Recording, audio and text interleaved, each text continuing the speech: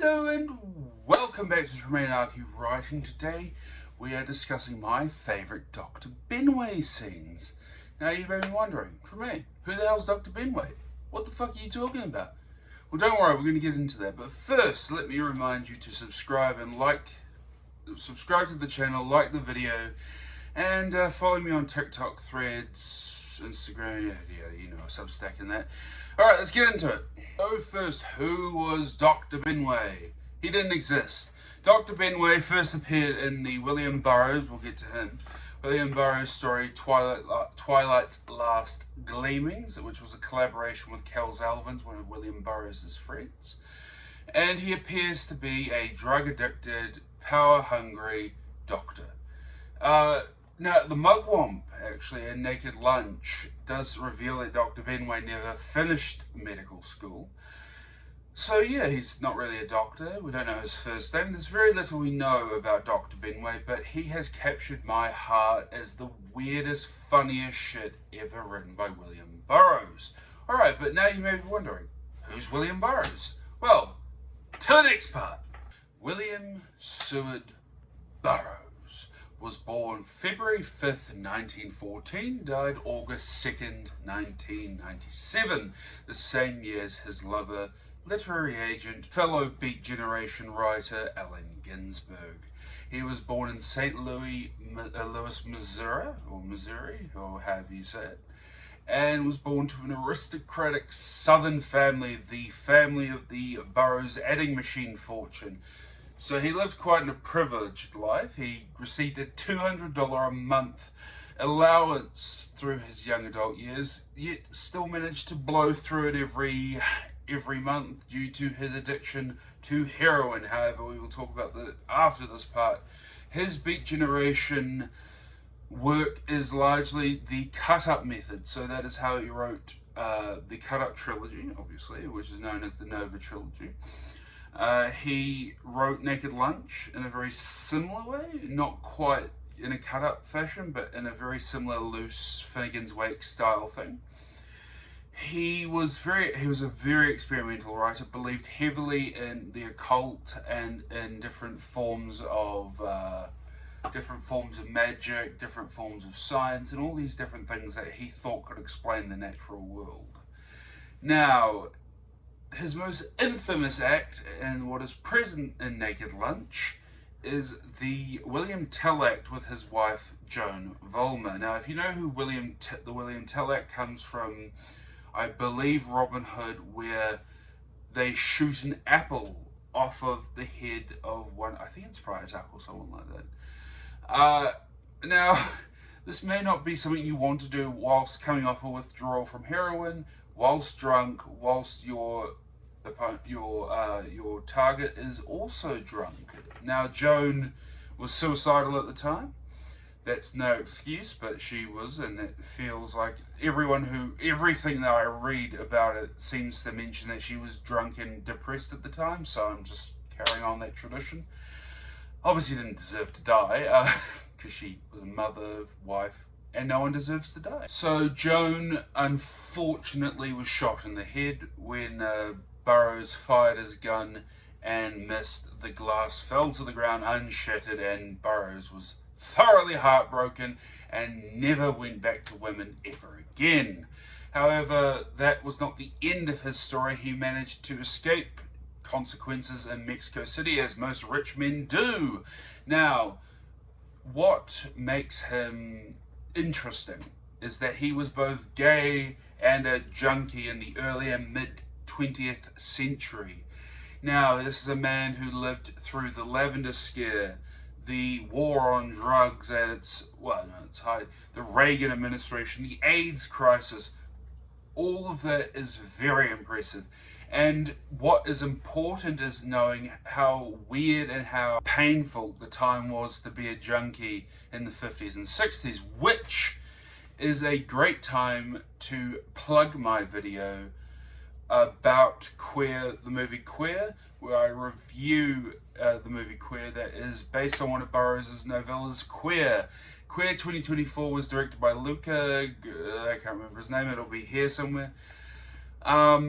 And William Lee is played by Daniel Craig. So go check that video out after this one. Thank you. Now, you know who Burroughs is. You know who Dr. Benway is. On to my favourite scenes. Dr. Benway operates. The hospital laboratory has been locked for 3 hours solid. I think they're using it for an operating room. Nurse, I can't find her pulse, doctor. Cardiac arrest, God damn it. He looks around and picks up a toilet plunger. He advances on the patient. Make an incision, Dr. Lymph, he says to his appalled assistant. I'm going to massage the heart. Dr. Lymph shrugs and begins the incision. Dr. Benway washes the suction cup by swishing it around in the toilet bowl. Nurse, shouldn't it be sterilised, doctor? Dr. Benway, very likely, but there's no time. He sits on the suction cup like a cane seat watching his assistant make the incision. You young squirts couldn't lance a pimple without an electric vibrating scalpel with automatic drain and suture. All the skill is going out of surgery, all the know-how and make do. Did I ever tell you about the time I performed an appendectomy with a rusty sardine can and was caught once with instrument 1 and removed a uterine tumour with my teeth? That was in the upper offender, and besides, the wench is dead. The incision is ready, doctor. Dr. Benway forces the cup into the incision and works it up and down. Blood spurts all over the nurse, the doctors, and the wall. The cup makes a horrible sucking sound. Nurse, I think she's gone, doctor. Dr. Benway, well, it's all in her day's work. He walks across the room to a medicine cabinet. Some fucking drug addict has cut my cocaine with Sandy Flush. Nurse, send the boy to fill the Xyrex out on the double. Well, that was Dr. Benway operates. As you can see, Burroughs is a thoroughly funny man and also has a very twisted view on medicine. Now, why does that matter? Well, Burroughs' view of medicine varied wildly. I think we all have those things that we hear in modern medicine that we doubt. I'm not saying I doubt vaccines. I am not saying that. I believe in vaccines. Get vaccinated. However, Dr. Benway, Mr. Burroughs believed many things. He believed that drug addiction was a cellular problem. He doubted the effectiveness of electroshock therapy, as seen in an interview he did with Francis Bacon. Spent time in sanitariums trying to get off of junk or heroin. Or morphine, heroin, either way. He failed. Ultimately, he died taking the methadone cure. I think we forget how dangerous medicine has been for most of human history. With bloodletting, with lobotomies were legal for most of his life and common practice for a large portion of his life.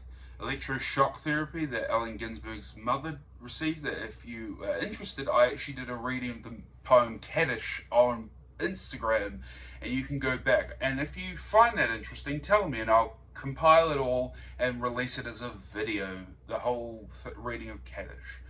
Now, naturally, doctors shouldn't be viewed in this way, but a lot of doctors are due to their rather callous nature. I've talked about this on my Instagram and TikTok in the poem Advice to Terminal Fools.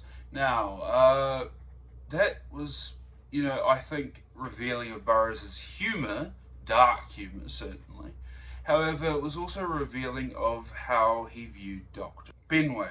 Why not one all-purpose blob?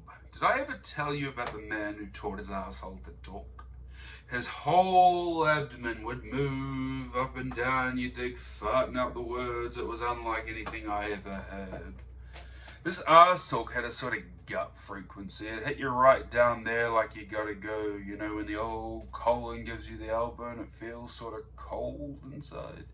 And all you have to do is turn loose. Well, this talking hit you right down there, a bubbly, thick, stagnant sound, a sound you could smell. This man worked for a carnival, you dig? And to start with, it was like a novelty ventriloquist act. Real funny too, at first. He had a number called The Better All. That was a scream, I tell you. I forget most of it, but it was clever. Like, "Oh, I say, are you still down there, old thing?" Nah, I had to go relieve myself. After a while, the arse started talking on its own. He would go in without anything prepared, and the arse would ad-lib and toss the gags back at him every time. Then it developed sort of teeth like little raspy incurving hooks and started eating. He thought this was cute at first and built an act around it, but the arsehole would eat its way through his pants and start talking in the street, shouting out it wanted equal rights. It would get drunk too and have crying jags. Nobody loved it. It wanted to be kissed the same as any other mouth. Finally, it talked all the time, day and night. You could hear him for blocks screaming at it to shut up and beating with his fist and sticking candles up it, but nothing did any good. And the arsehole said to him, "It's you who'll shut up in the end, not me, because we don't need you around here anymore. I can talk and eat and shit." After that, he began waking up in the morning with a transparent jelly like a tadpole's tail all over his mouth. This jelly is what the scientists call UNDT, that's undifferentiated tissue, which can grow into any kind of flesh on the human body. He would tear it off his mouth and pieces would stick to his hand like burning gasoline jelly and grow there. Grow anywhere on him, a glob of it fell. So finally his mouth sealed over and the whole head would have amputated spontaneous. Did you know there's a condition occurs in parts of Africa, and only amongst Africans, where the little toe amputates spontaneous? Except for the eyes, you dig. It's one thing the arsehole couldn't do was see. It needed the eyes, but nerve connections were blocked and infiltrated and atrophied, so the brain couldn't give orders anymore. It was trapped in the skull, sealed off. For a while you could see the silent, helpless suffering of the brain behind the eyes. Then finally the brain must have died because the eyes went out. And there was no more feeling in them than a crab's eye on the end of a stalk. That was probably Burroughs' one of Burroughs' more famous pieces, The Talking Arsehole from Naked Lunch. It was read by Peter Sellers in the movie Naked Lunch in a more sort of monotone way, and it was also read out by Frank Zappa at one of his concerts. We all thought it was weird. I thought it was weird. You thought it was weird. Where did it come from? Now, Burroughs replied to this as certainly an attack on the growing bureaucracy as a staunch libertarian. Now, many of you may be thinking, what the fuck did that have to do with bureaucracy? I agree, I don't see it. I personally view this as him talking about his homosexuality and his desires for sex becoming sex with men becoming overwhelming for him. Now, when he says the arsehole started talking on its own, saying it wants equal rights, cry out that it wanted to be kissed like any other mouth, potentially him talking about his homosexuality, potentially him talking about being loved, his arsehole is taking over his life, in that it's making him a pariah, dangerous, all this stuff. So we need to think about the context Burroughs was living in, as I said at the start of the video, in the 50s and 60s, where life for a gay man was very difficult to live openly as a gay man. Now, you may be wondering, how did Dr. Benway start? Well, we will read to you from Twilight's Last Gleamings. Twilight's Last Gleamings. SS America off Jersey Coast, ladies and gentlemen. There is no cause for alarm. We have a minor problem in the boiler room, but everything is now under sound effects of a nuclear blast. Explosion splits the boat. Dr. Benway, ship's doctor, drunkenly added 2 inches to a 4-inch incision with one stroke of the scalpel. Perhaps the appendix is already out, doctor, the nurse said, appearing dubiously over his shoulder. I saw a little scar. The appendix already out. I'm taking the appendix out. What do you think I'm doing here? Perhaps the appendix is on the left side, doctor. That happens sometimes, you know. Stop breathing down my neck. I'm coming to that. Don't you think I know where an appendix is? I studied appendectomy at 1904 at Harvard. He lifts the abdominal wall and searches around the incision, dropping ashes from his cigarette. And get me a new scalpel. This one's got no edge to it. He thrusts a red fist at her. The doctor reels back and flattens against the wall, a bloody scalpel clutched in one hand. The patient slides off the operating table, spilling intestines across the floor. Dr. Benway sweeps instruments, cocaine and morphine into his satchel. Syrup! I can't be expected to work under such conditions. By the dawn's early light, Dr. Benway pushed through a crowd at the rail and boarded the first lifeboat. "Are you all right?" he said, seating himself amongst the women. "I'm the doctor." I feel like it's not necessary to unpack that one. It's had very similar feelings to it as the first one read out, as Dr. Benway operates. It's a criticism of doctors. It's very funny. The idea of a doctor on a boat, the boat exploding, him falling back into the road, stealing drugs and the instruments for some reason, fucking off, getting on a lifeboat, and just sort of going, yeah, doctors did some weird shit. They still do some weird shit. You could argue the way that doctors treat women and minorities is our version of, well, they were doing that then too, is our version of these doctor malpractices. Not listening to patients, you know, things like that. But largely, you know, doctors are constantly improving. As a scientist, we are learning day in, day in, day. So, you know, I wouldn't give too much of a hard time to them. So, finally, we come to the end of our video, dear viewers. William Burroughs was very funny, in my opinion. I have a dark sense of humour. Not a dark sense of humour for minorities and women, but certainly a dark sense of humour for punching up. I think Dr. Benway is a funny character, a weird character, an interesting character.